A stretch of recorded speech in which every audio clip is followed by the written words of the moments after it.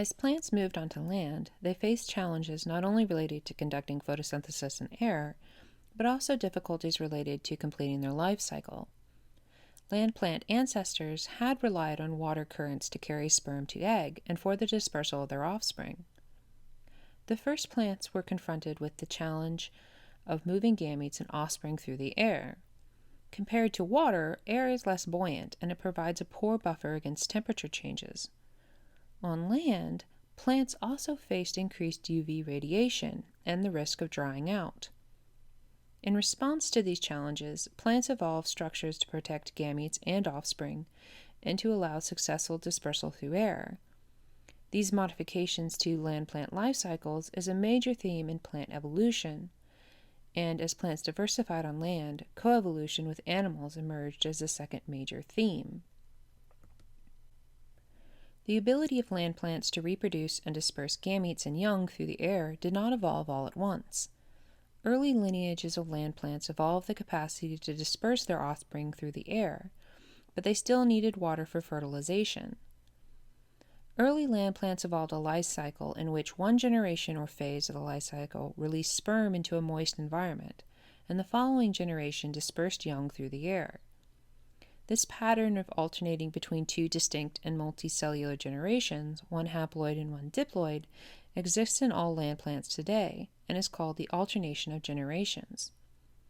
Recall that haploid refers to only a single copy of each chromosome, designated as 1N, and diploid means there are two copies or complete sets of each chromosome, designated as 2N. Comparison of molecular sequences has shown that there are three groups of green algae closely related to land plants. We'll focus on a member of one of these groups, the chara. This lineage, like the other closely related green algae, reproduces and disperses in the water. Chara spend the majority of its life cycle as a haploid multicellular individual and will produce eggs and sperm via mitosis. These gametes will fuse to create a zygote that will undergo meiosis to produce 4 haploid cells, only one of which will develop into a new haploid multicellular individual. As mentioned, this takes place all in the water for these green algae. This changes in the earliest branches of the land plant's phylogenetic tree with the bryophytes, which include the hornworts, liverworts, and mosses. The moss Polytrichum commune, commonly found in forests and along the edges of fields, illustrates how the successful movement of plants onto land was accompanied by the evolution of 2 multicellular generations, one specialized for fertilization and the other for dispersal. On the next slide, we're going to take a look at how this plays out in the life cycle of Polytrichum. The moss Polytrichum has a photosynthetic body made up of haploid cells.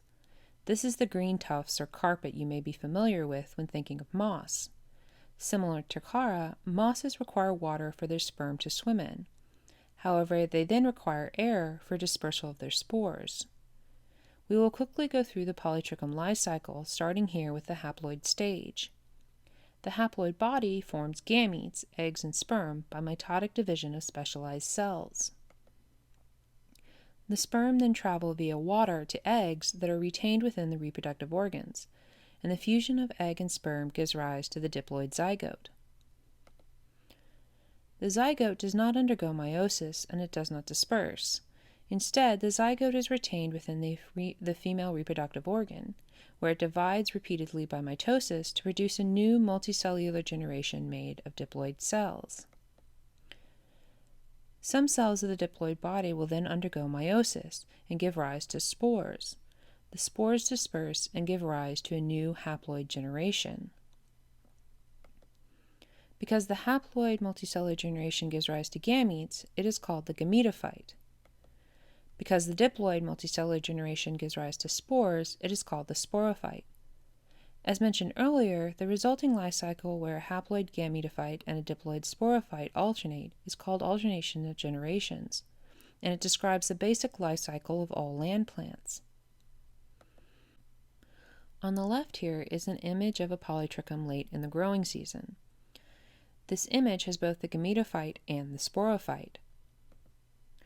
The green tufts of this moss are the gametophyte, and the brown capsule and cylindrical stalk is the sporophyte.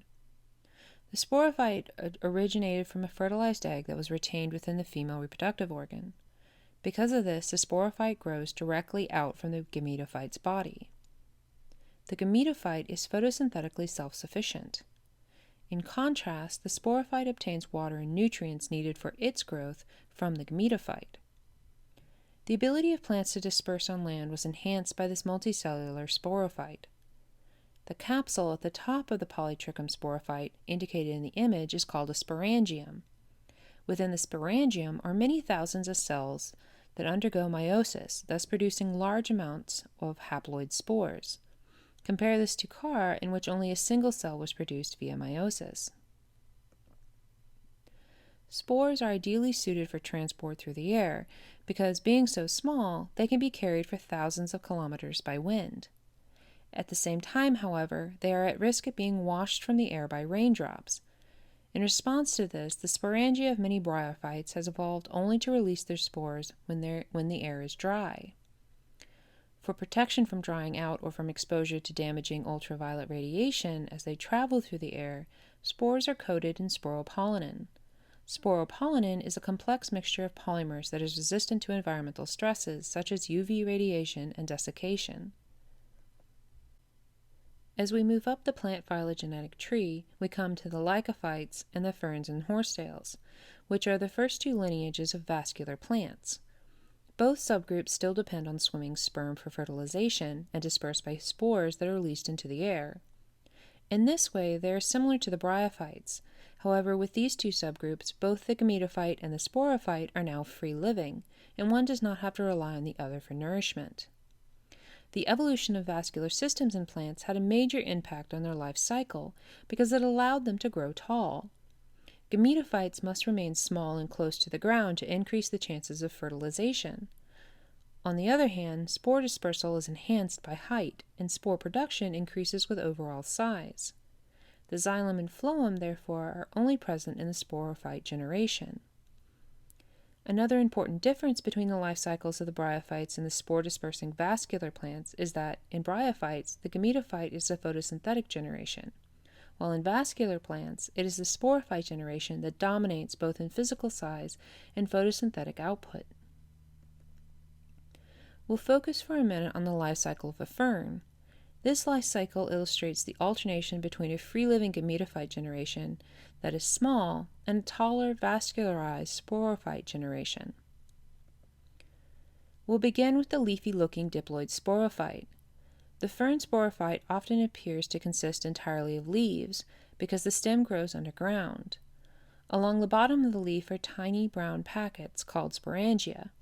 Within each sporangium are diploid cells that undergo meiosis to create and generate haploid spores. Like mosses, the spores become covered by a thick wall containing sporopollenin. As the sporangia dry out, they release the spores to be carried off by air currents. Some ferns even have a mechanism that slingshot the spores away from the sporophyte. These spores will germinate to produce the haploid gametophyte generation. Typical of most ferns, the gametophyte is less than 2 centimeters long and only 1 to a few cells thick. The gametophyte produces male or female gametes.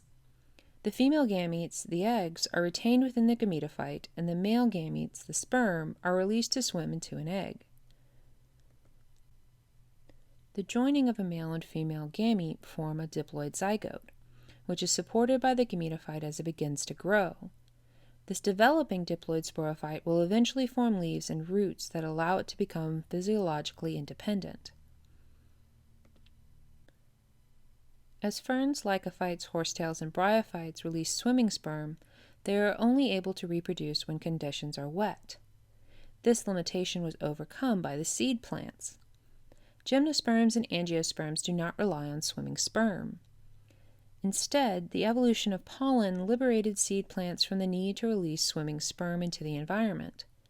Sperm-producing gametophytes are transported through the air in pollen, and fertilization can take place in the absence of external pools of water. In pines and all vascular plants, the conspicuous multicellular generation is the diploid sporophyte. As they mature, pines form reproductive structures called cones. pines develop two types of cones: ovulate cones, which produce female gametophytes and female gametes, and pollen cones, which produce male gametophytes and male gametes. In pine, several cells in each sporangium found on pollen cones divide mitotically to form 4 haploid spores. These spores then divide mitotically to form a multicellular male gametophyte inside the spore wall. This gametophyte is the pollen. In pine, the male gametophyte consists of only 4 cells at the time that the pollen is shed from the parent plant. Ovulate cones contain sporangia that each produce 4 spores via meiosis. 3 spores spontaneously abort, leaving a single functional spore inside. This spore goes through several rounds of mitosis to form a multicellular female gametophyte consisting of a few thousand haploid cells, one or more of which will differentiate as eggs. This female gametophyte fills the sporangium, surrounded and protected by tissues that envelop the sporangium wall. This structure is the ovule. At maturity, pine pollen is released into the air and transported by wind. For fertilization to occur, a pollen grain must land on an ovulate cone. To reach the egg, the male gametophyte produces a pollen tube that grows outward through an opening in the sporopollenin coat to the female gametophyte. 2 sperm cells then travel down the pollen tube, where one of them will fertilize the egg to form the zygote. After fertilization, the ovules will develop into seeds. Once mature, these seeds are then dispersed before germinating and growing into the sporophyte. If we zoom in on a pine seed for a moment, we can see that it contains 3 layers from 3 generations. On the outside is the protective seed coat, which is formed from tissues that surround the sporangial wall and is a product of the maternal diploid sporophyte. The embryo is surrounded by the haploid female gametophyte, which provides the raw materials that support the growth of the embryo. Note, in angiosperms, this layer originates from slightly different tissues, but the function is still the same. The center is the embryo, which develops from the zygote and represents the next sporophyte generation. Mature seeds exhibit very low metabolic activity. This, combined with stored resources, allows seeds to survive for long periods of time, even years in some cases. Seeds can also exhibit dormancy, allowing them to delay germination until the environmental conditions are favorable. Additionally, the protective coat and stored resources allow seeds to disperse away from the parent plant. Dispersal of gametes, spores, and offspring play a very important role in the life cycle of plants and result in several advantages. One advantage is the increased likelihood of outcrossing, or the mating of non-related individuals. This also increases the genetic diversity of the population. Dispersal also separates offspring from each other and the parent plant so that they are more likely to settle in an area where they do not have to directly compete with related individuals for limited resources and nutrients. Lastly, dispersal contributes to pathogen and parasite avoidance. Viruses and bacteria spread easily among tightly packed populations. When dispersal of offspring spreads out a population, the encounters with pathogens are fewer. As we have seen with the different life cycles in this lecture, the decrease in size and independence of the gametophyte generation is a major trend in the evolution of land plants. For example, in bryophytes, the gametophyte is dominant, but with seed plants, the male gametophyte is reduced to a few cells. This is matched with an increase in the prominence and independence of the sporophyte generation. If you have any questions, please let me know via the Q&A discussion board.